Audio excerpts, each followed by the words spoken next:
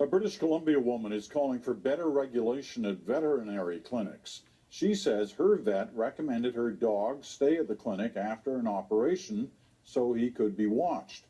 But after her dog died, she turned to Go Public to flag a problem with overnight vet care that many Canadians may not be aware of. Kathy Tomlinson has the story. Nip's star moments as a herding dog.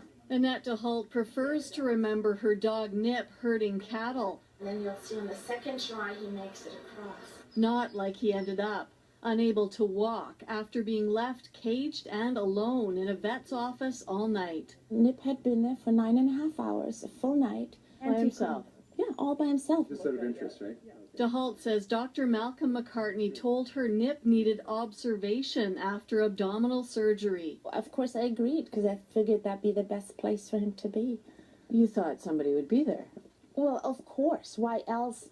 I mean, observation means there's 2 eyes on the animal. In the morning, clinic staff found the dog in the throes of an epileptic seizure which paralyzed him. I was sleeping, and you know, while he was thrashing against the metal bars of that cage. Nip suffered terribly, she says, then died weeks later from untreated cancer. The malignancy was flagged in test results. The vet also failed to pass on until it was too late. He dropped the ball on so many counts. BC's College of Veterinarians told McCartney to do a better job informing pet owners, but found no misconduct. So DeHult sued, and McCartney settled for $22,000. Well, of course, things might have been different had he been monitored, had I sent him home with a net, or had I sent him to the local emergency clinic for overnight monitoring. In hindsight, it was a mistake. I make no bones about it. I'm totally responsible for that. Other non-emergency clinics we called said they too keep dogs after surgery with no staff,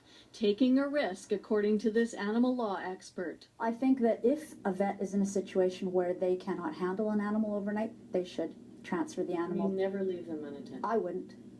There are no rules for after-hours staffing in vet clinics, and Nip's owner now thinks there should be. The College of Veterinarians here says overnight hospitalization is fine as long as the owner is told when no one will be there. Kathy Tomlinson, CBC News, Vancouver.